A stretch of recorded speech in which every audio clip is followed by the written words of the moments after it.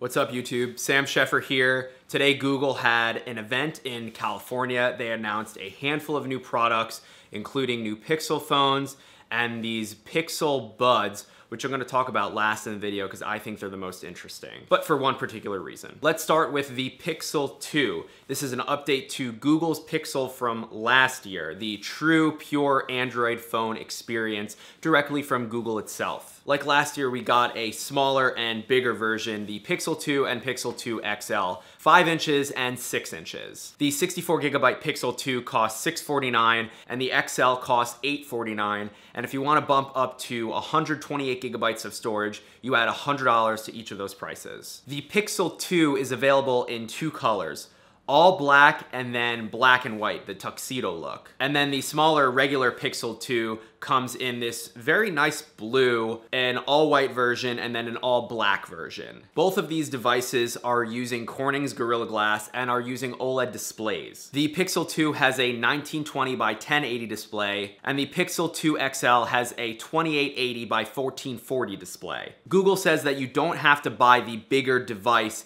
to get better specs. Both of these phones are basically identical. That's a dig at Apple. Feel free to choose whichever size Pixel you prefer because you'll get the same great experience on both. We don't set aside better features for the larger device. Both of these phones have a USB-C port and no headphone jack, fingerprint scanner on the back, and then the front and rear cameras, interestingly enough, both do portrait mode. I haven't played with either of these devices, but Marques posted a photo, presumably using the front-facing camera, using portrait mode. It looks really good. The rear-facing camera is 12 megapixels on both devices, and the front-facing camera is 8 megapixels, again on both devices. They're both running Android 8.0 Oreo. They both have the Snapdragon 835 processor, and both have 4 GB of RAM. The new Pixel 2, both sizes, do not have wireless charging, but they have fast charging, up to 7 hours in just 15 minutes. That is insane. The larger Pixel 2 XL has a 3,520 milliamp hour battery, while the smaller Pixel 2 has a 2,700 milliamp hour battery. They're both IP67 water and dust resistant, and they both have dual front-facing speakers, something rare in smartphones today. What do I think about these devices? They look pretty nice. I wasn't a huge fan of the Pixel originally because of the two-tone finish, the glass, and then the metal, but it's growing on me. I particularly like that blue color, and then the all black version. I mean, the tuxedo black version looks pretty nice too. Will I be getting one of these? I have to ask myself, do I want to risk getting stuck in iMessage hell? Do I want to give up iMessage, FaceTime, and AirDrop? And do I want to just be using Android on a daily basis? But I am very interested in that camera because the pictures that I've seen that are taken on this device look really good.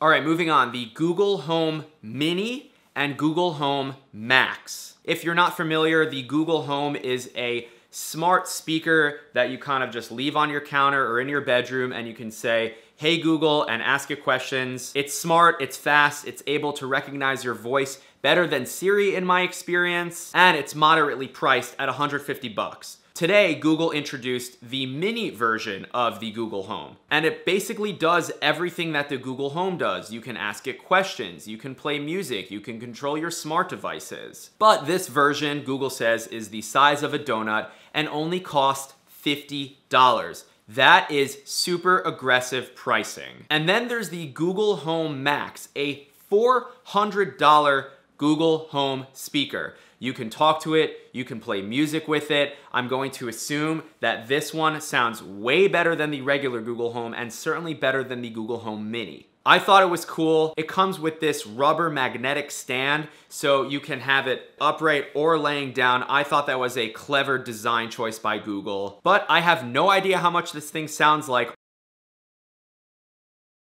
All I know is that it costs $400. And if you're gonna spend $400 on a speaker, it better sound good. Now, I'm not doubting that it sounds good. I'm telling you, I haven't heard it yet. But the regular Google Home was kind of impressive. I was never happy with the way the Amazon Echo sounded, especially when it played music. Google Home, pretty good. This Google Home Max, I'm going to bet it sounds pretty good. Today we got a new Chromebook directly from Google called the Pixelbook. It is a nice looking laptop. That design, to me, looks great. Very minimalist, the two-tone kind of matching the phones. And if you're watching this and you're unfamiliar with what a Chromebook is a laptop that's running the Chrome operating system. So if you're heavily invested in the Google ecosystem, Google Docs, Google Drive, Allo, Duo, Gmail, the Pixelbook might be interesting to you because you sign into it and it kind of does things for you, especially now that Google Assistant is built right into the laptop with a dedicated key on the keyboard. The entry-level Pixelbook at $999 will get you an i5 processor, 8 gigs of RAM, and 128 gigs of storage. You can bump that up to 16 gigs of RAM, an i7 processor, and 512 gigs of storage, but that will run you an extra $650. It's got a 12-inch touchscreen display that's 2400 by 1600 resolution. It's got 2 USB-C ports, and this does have a headphone jack. Why can you get a headphone jack in a laptop but not a phone? I don't know. Another reason I'm a fan of the Pixelbook is because of the design. Traditionally, laptops can close and then they can open only to a certain point. The Pixelbook goes all the way around. You can lay it flat. That's very cool. And I was watching The Verge's hands-on of the Pixelbook, and Dieter mentioned this like soft touch rubbery finish next to the trackpad acts as like a rubber stopper for when you're using it in like laptop viewing kind of mode. That's another nice touch. And as a companion to the Pixelbook, Google introduced the Pixelbook Pen, a stylus for your Pixelbook. It costs $100. Google says that it is the most accurate stylus ever made. If you're getting the Pixelbook, you should probably pick this thing up too, just because it's cool. The only thing that sucks though is that it seems like it only works specifically with the Pixelbook. Can you use the Pixel Pen on a Pixel phone? I don't know, but I know that you can't use an Apple Pencil with an iPhone. And then out of nowhere, Google introduced something called Google Clips. It's a tiny camera that has a shutter button, doesn't have a microphone, and you turn it on by twisting the lens, and then it uses machine learning to capture moments for you automatically without you having to think about it. They're gearing it toward parents and pet owners to clip it, to capture clips without you thinking about it. All of the media is stored locally on the device, and then you stream it to your phone. Google says none of it will be sent to the cloud unless you transfer it to your phone and then post it. It's expensive, $249 for this thing. When they were talking about it on stage, I was ready for them to be like $120, $150. And personally, I don't think I'd ever buy such a thing, mostly because I've got a camera in my pocket, I've got the camera I'm using here, I've got plenty of cameras in my life. Do I think it's cool though?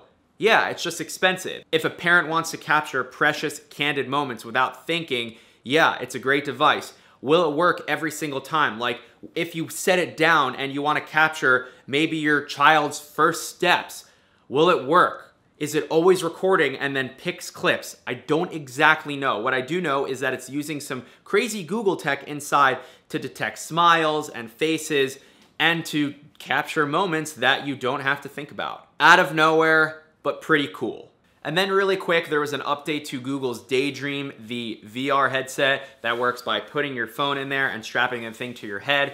They came out with this last year. This updated version has a wider field of view. There's now a head strap and some other minor improvements. Do you own one of these things? Let me know in the comments. And last but definitely not least, Google's Pixel Buds. Google has wireless earbuds now. Not truly wireless because there is a wire connecting the two, which is cool. That is like this rope finish and not a traditional rubber wire, which often gets tangled easily. They're Bluetooth headphones that cost $160, exactly the same price as the AirPods.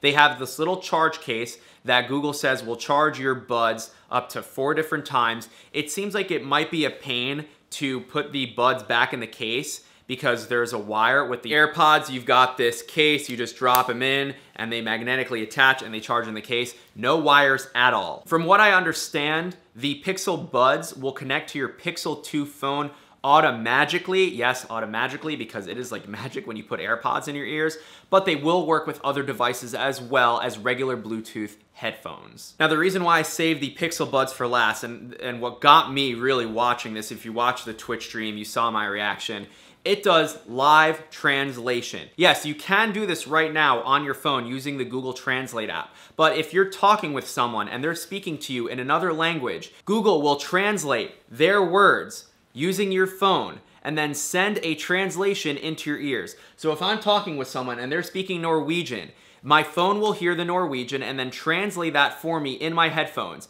And then I will speak out loud and then my phone will translate my English into Norwegian and they'll be able to listen from my phone. Hey Isabel, how's it going? Hej Isabel, hur är läget? Helt okej, tack. Absolutely okay, thank you.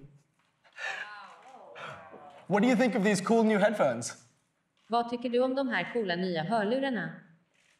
Mitt team designade dem, så jag tycker de är ganska coola. My team designed them, so I think they're pretty cool. That's very cool to me. How well is it going to work?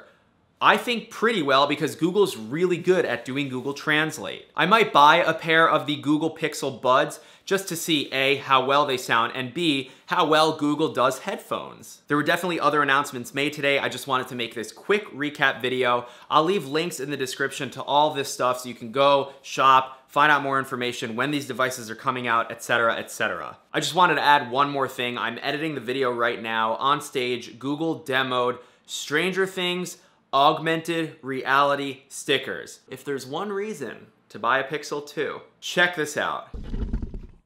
Whoa! We want to make it feel like it's actually here. We have two characters in the scene, and notice how they're not just reacting to the environment around them, they're reacting to each other. Right? They know each other's presence. That's a big reaction. My name is Sam Sheffer. I make tech videos, among other videos, right here on this YouTube channel. If you're new here, hit me with a like, hit that subscribe button, and I will see you in the next video.